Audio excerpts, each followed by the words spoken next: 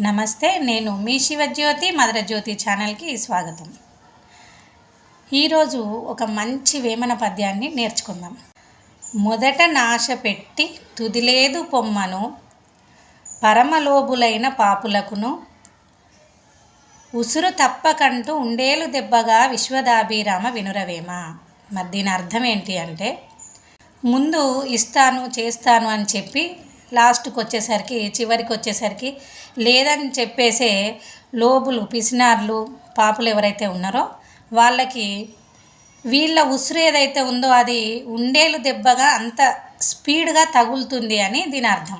కొందరు ఏం చేస్తారు, మాకు పెద్ద పెద్ద వాళ్ళు తెలుసు వీళ్ళు తెలుసు, మీకేంది చిన్న జాబే కదా చిన్న పనే కదా మేము పెట్టిస్తాము, మీ పని మేము చేస్తాము, మేము లేమనుకున్నారా ఎందుకు మాకు చెప్పలేరు అని చెప్పేసి ఎన్నో మాటలు చెప్తారు, చెప్పి ఆశ పెడతారు.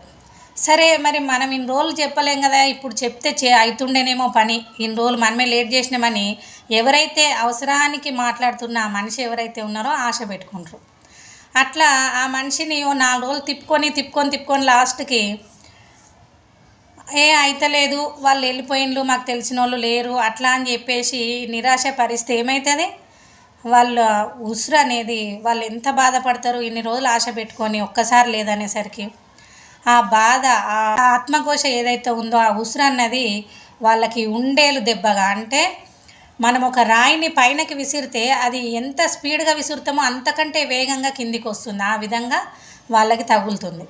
కాబట్టి ఇందులో మనకు వేమన ఏం చెప్తున్నాడు అంటే, ఎవరికి మీరు ఆశ పెట్టకండి, చెయ్యగలిగితే చెయ్యండి, లేదంటే వదిలేసేయండి, అంతేగాని చేస్తాము అని చెప్పేసి ఆశ పెట్టి మాత్రం ఎవరిని నిరాశపరచవద్దు అని చెప్తున్నాడు.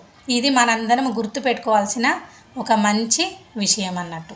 మరి తెలుసుకున్నారు కదా, మరొక మంచి పద్యంతో మళ్ళీ కలుద్దాం. నమస్తే.